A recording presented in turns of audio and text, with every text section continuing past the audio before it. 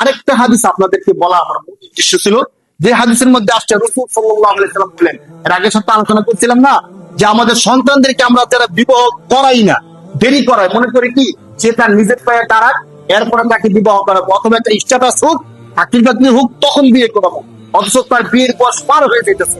তাদের সম্পর্কে একটা হাদিস শোনাই দিই।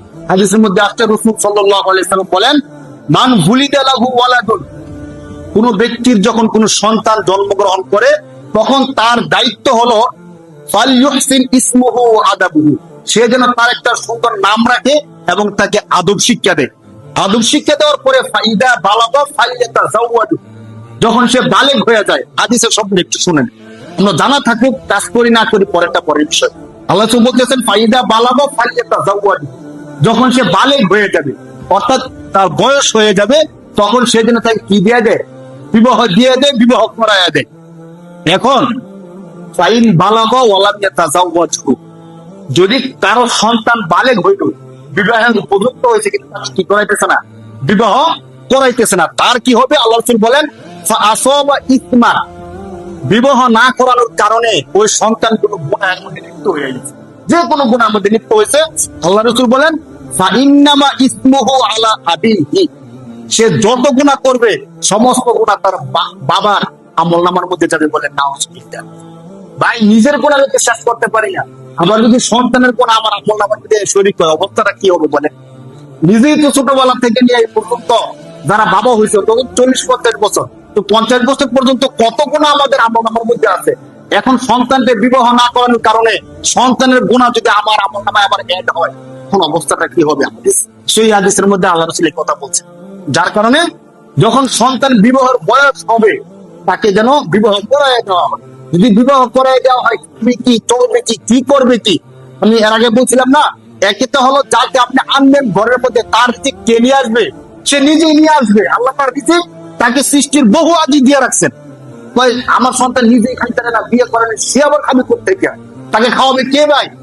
কিন্তু খাওয়াবে এতটুকু না, সূরা নূরের মধ্যে আল্লাহ তাআলা বলছেন তাকে বিবাহ করায়া দাও।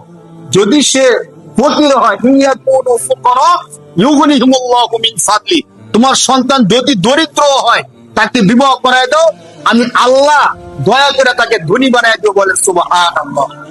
এখন দেখেন, যে আল্লাহ সৃষ্টি করছেন, ওই আল্লাহ যদি বলে যে তুমি তাকে বিবাহ করো, তার দায়িত্ব আমার, মানে কথার মর্ম এমনই দাঁড়ায়। আল্লাহ বলতেছেন আমি ধনী বানায় দেবে, আর মানে হইলো হ্যাঁ, আর যদি সমর্থ নাও থাকে, তাকে বিবাহ করায় দাও, তাকে চালানোর দায়িত্ব আমি আল্লাহ। এরপরও আমি যদি বলি খাইবো কি, করবো কি, তাহলে আল্লাহর কথার কাছে থাকলাম, আমি থাকলাম না, আল্লাহর কথাকে আমি 100% বিশ্বাস করলাম না। এই জন্য এই বিষয়গুলো থেকে আমরা অবশ্যই হেফাজত বিরত থাকি, এবং যখন আমাদের সন্তানদের বয়স হয়ে যাবে, তখন যেন আমার প্রথম এবং প্রধান চিন্তা থাকে যে আমার সন্তানকে যোগ্য জায়গায় কিভাবে একটা পাত্রস্থ করা যায়, আমার মেয়েকে কত দ্রুত বিবাহ দেওয়া যায়, একটা ফরজ কাজের মতো। আমরা এই বিষয়টা বেশি মাথায় নিব, অনেকে এই বিষয়গুলো মাথায় নিতে চায় না, মনে করে এটা এমনি এমনি হবে। এমন মানুষ আছে আমার কাছে বলতেছে, বিয়ে শাদী তো, জন্ম মৃত্যু বিয়ে শাদী গুলো আল্লাহর হাতে। মানে কথার সাইজটা কিন্তু ঠিক আছে, বিয়ে, জন্ম মৃত্যু বিয়ে শাদী কার হাতে? তো এগুলো নিয়ে আমরা চিন্তা করবো কেন? যখন আল্লাহ বিয়ের সুযোগ করে দিন, তখন বিয়ে হবে। আরে সবই তো আল্লাহর হাতে, রিজিকও তো আল্লাহর হাতে, আমি কাজ করি কেন? রিজিক কার হাতে বলেন? কিন্তু কাজ আমি করি কিনা? আমি কাজ না করলে কি আমার ঘরে আল্লাহ রিজিক দিয়ে দিবে? চেষ্টা তো আমাকে করতে হবে। আস-সাই মিন্না ওয়াল ইতমামু মিনাল্লাহ, চেষ্টা আমার, পুরা করার মালিক কে? যখন বয়স হবে তখন থেকে আপনি ফিকির করেন, চেষ্টা করেন, পুরা করে দিবে কে? আল্লাহ তাআলা আমাদেরকে বুঝার তৌফিক দান করে। আমিন।